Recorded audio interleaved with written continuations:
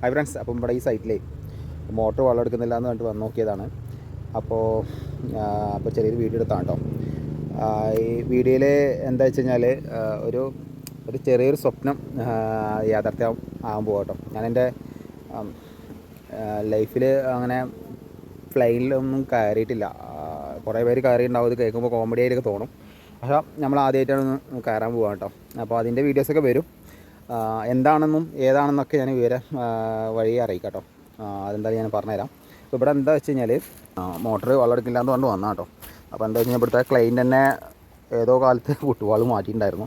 അപ്പോൾ അത് വർക്ക് ചെയ്തിട്ടുണ്ടായിരുന്നു. ഇപ്പോൾ അത് വെള്ളം എടുക്കുന്നുണ്ടായിരുന്നില്ല. അപ്പോൾ അത് നമ്മൾ നോക്കാൻ വേണ്ടി വന്നതാണ്. അപ്പോൾ ഇതാണ് സംഭവം കേട്ടോ. ഒരു ചെറിയ കിണറാണ്. ഇതിൻ്റെ അപ്പുറത്ത് പുഴയാണ് കേട്ടോ.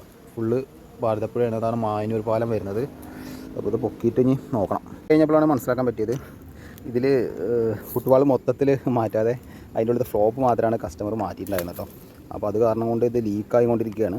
അപ്പോൾ ഞാൻ നേരത്തെ ഇത് ഇന്നലെ വന്ന് നോക്കി പോയതാണ്.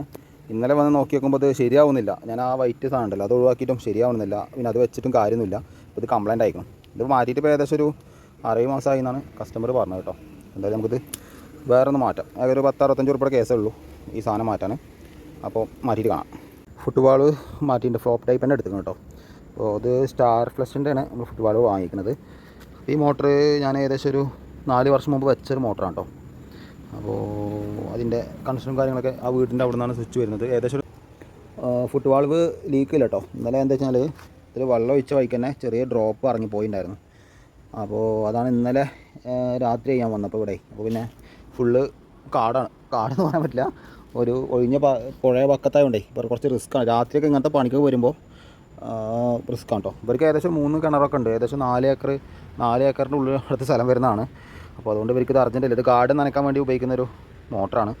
അപ്പോൾ രാത്രി തനിച്ച് വരുന്നത് റിസ്ക് ആട്ടോളേ. ഞാൻ ഒരു ഇൻഫർമേഷൻ പറഞ്ഞതാണ്. അപ്പോൾ നമ്മൾ ശ്രദ്ധിക്കുക. മോട്ടോർ പണിക്ക് വരുമ്പോൾ പ്രത്യേകിച്ച് ശ്രദ്ധിക്കുക. കാരണം കറണ്ടുമായി ബന്ധപ്പെട്ടുള്ള സംഭവമായതുകൊണ്ട്. ഒന്നാമത്തെ ഏരിയ പറഞ്ഞു കഴിഞ്ഞാൽ അത്യാവശ്യം നല്ല ദൂരമുണ്ട്. വീട് ഇവിടെ നോക്കിയാൽ തന്നെ കാണാനില്ല. അപ്പോൾ നോക്കിയിട്ട് വേണം ചെയ്യാൻ കേട്ടോ.